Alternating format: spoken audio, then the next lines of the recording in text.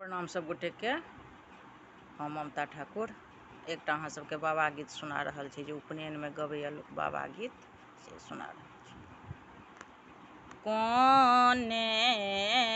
बाबा अएला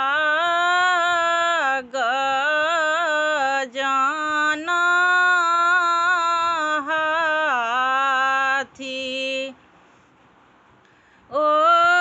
जे कोने बाबा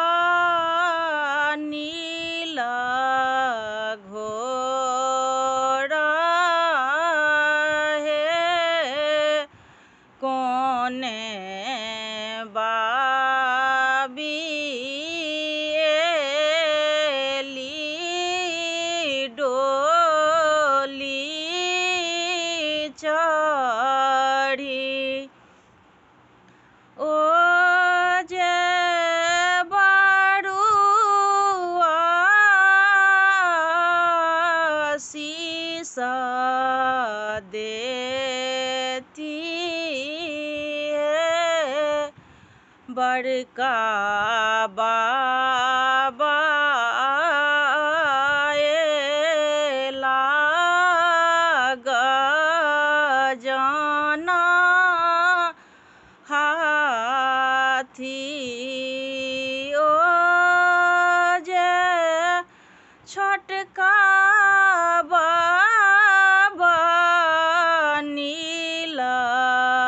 घोड़ा हे, अइह बाबी एली डोली चढ़ी, ओ जे बड़ुआ